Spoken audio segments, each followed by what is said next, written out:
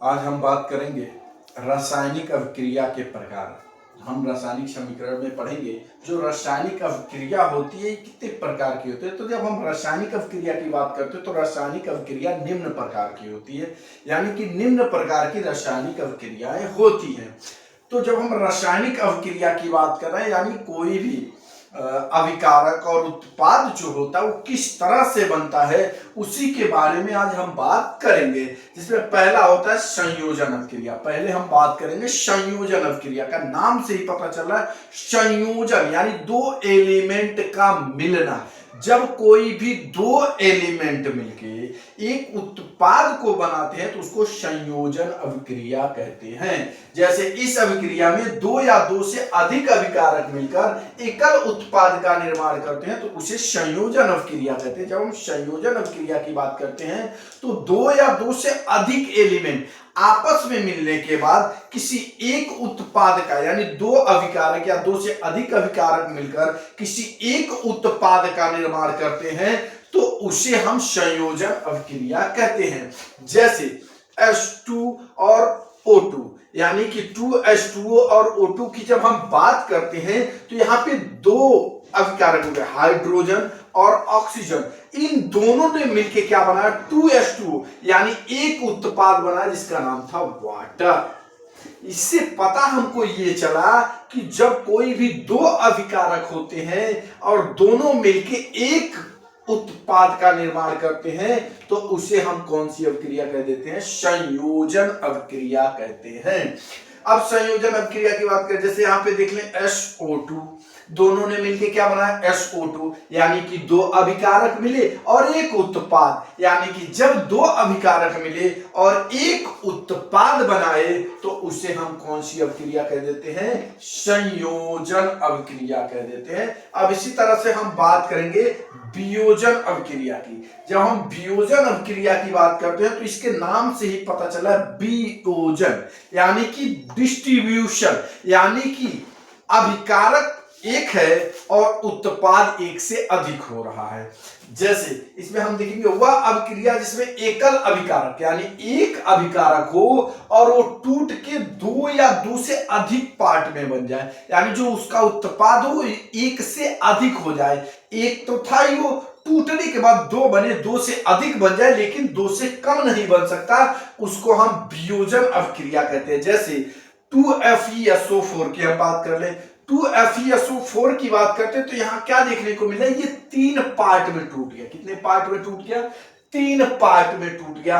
Fe2LO3 SO2 SO3, यानी कि यहां पे क्या हुआ, जो अभिकारक था वो सिंगल था और जो उत्पाद बने वो कितने बने, तीन बने।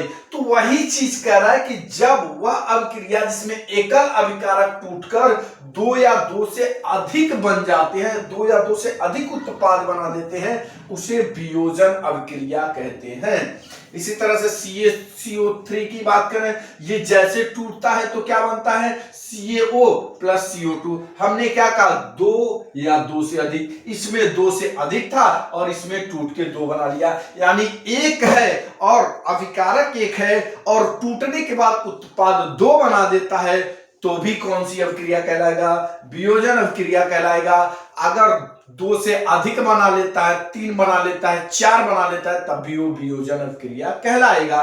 बस ये होना चाहिए कि टूटने के बाद एक है और टूटने के बाद एक से अधिक वो बनाए, यानी कि उससे अधिक बनाना ही चाहिए। उसके बाद करें ऊष्माक्षेपी अभिक्रिया की। जब ऊष्माक्षेपी अभिक्रिया की हम बात करते हैं तो नाम से ही पता चलता है कि इसमें क्या होता है कि वह अभिक्रिया जिसमें ऊष्मा ऊर्जा के रूप में उत्सर्जित होती है, यानी कि जो अभिकारक थे, अभिक्रिया थी, उसमें ऊष्मा जो थी वो अभिकारक से टूट के, जैसे अभिकारक था, अभिकारक में क्या हुआ, ये टूटा और टूटने के बाद ये हमको कहां देखने को मिला, ये जब हमको देखने को मिला तो इसी को हम क्या कह देते हैं, ऊष्माक्षेपी अभिक्रिया। जैसे यहां पे हमने CH4 और 2O2 को लिया, अब यहां पे क्या हुआ, जब टूटा, टूटने के बाद जो उत्पाद बना, इसके अंदर CO2 2H2O और एक ऊष्मा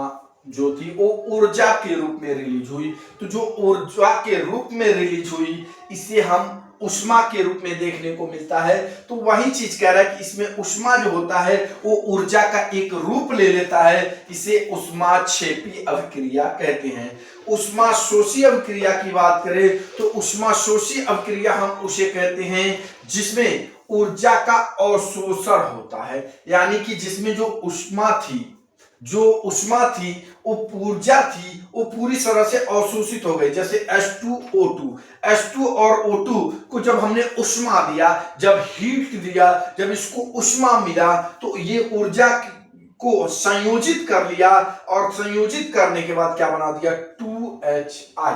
तो ये चीज कहा जा रहा है कि एक में क्या होता है, जब हम बात करते हैं संयोजन अभिक्रिया की तो इसमें क्या होता है, दो अभिकारक मिलके एक उत्पाद का निर्माण करते हैं। जब वियोजन अभिक्रिया की बात करते हैं तो इसमें एक अभिकारक होता है जो दो या दो से अधिक उत्पाद को बनाता है। उष्माक्षेपी अभिक्रिया की बात करें तो इसमें जो उष्मा होती है वो ऊर्जा का रूप ले लेती है, और जब उष्माशोषी अभिक्रिया की बात करते हैं तो इसमें जो ऊर्जा होती है वो इसमें अवशोषित हो जाती है, खर्च हो जाती है, इसलिए इसे हम क्या कह देते हैं, उष्माक्षेपी अभिक्रिया कह देते हैं।